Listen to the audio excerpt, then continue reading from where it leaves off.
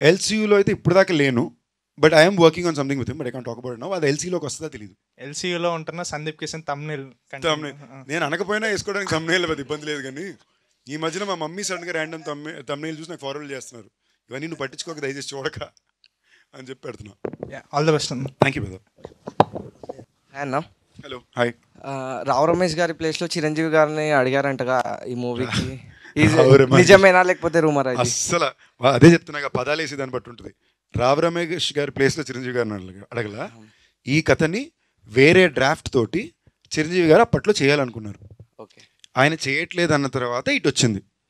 అప్పుడు డ్రాఫ్ట్ లైట్గా మారి this character became little more important, and ఇక్కడ ఎవరు అన్నప్పుడు ప్యారలల్ లీడ్ కింద రావు రమేష్ గారు.